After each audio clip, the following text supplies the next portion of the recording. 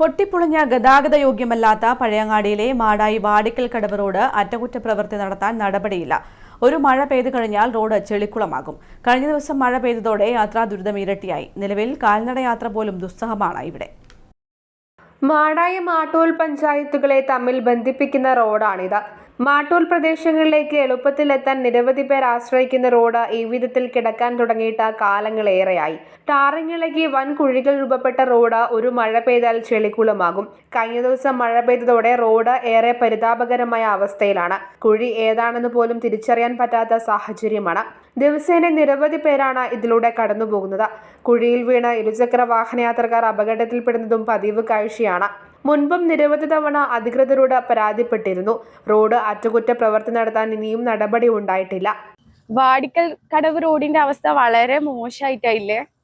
ഇതിലെ കൂടി നടന്ന് പോകാൻ പറ്റാത്തവരെ മോശമാണ് അവസ്ഥ.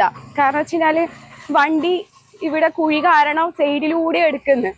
കാരണം നമുക്ക് പേടിയാവുന്നു. ചെറിയ പിള്ളേർക്കായി കഴിഞ്ഞാലും ഇതിലെ കൂടി പോവാൻ എല്ലാവർക്കും പേടിയായിട്ടില്ലേ. എല്ലാവരോടും പറയുന്നത് പഞ്ചായത്ത് ശരിയാവട്ടെ, വോട്ടിൽ വരുമ്പോ എല്ലാവർക്കും പറയാനായിട്ട് റോഡ് ശരിയാക്കി തരും. പക്ഷെ ഒന്നും ഇതുവരെ ഒന്നും പാസ്സായിട്ടൊന്നുമില്ല. എത്ര കാലം ഇങ്ങനെ തന്നെ, ഒരു മാറ്റമില്ല, ഒരു പുരോഗതിയില്ല. ഇങ്ങനെ എന്താ ചെയ്യാൻ? വണ്ടിയിൽ അടിച്ചടിച്ച് നടുവിൻ്റെ ഊപ്പാടം കളിയിട്ടാണ്. നമ്മളെന്താ ചെയ്ത്? ആരോട് നമ്മൾ പറയേണ്ട ഈ പരാതി പറഞ്ഞിട്ടൊന്നും ഒരു കാര്യമില്ല. അതിനുള്ള ഒരു ഉത്തരവില്ല. കണ്ടില്ല അവസ്ഥ റോഡിൻ്റെ.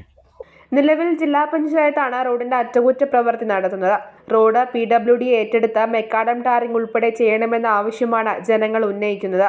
അധികൃതർ എത്രയും പെട്ടെന്ന് ഇക്കാര്യത്തിൽ ഇടപെടണമെന്ന ആവശ്യം ശക്തമാണ്. News bureau, Pazhayangadi.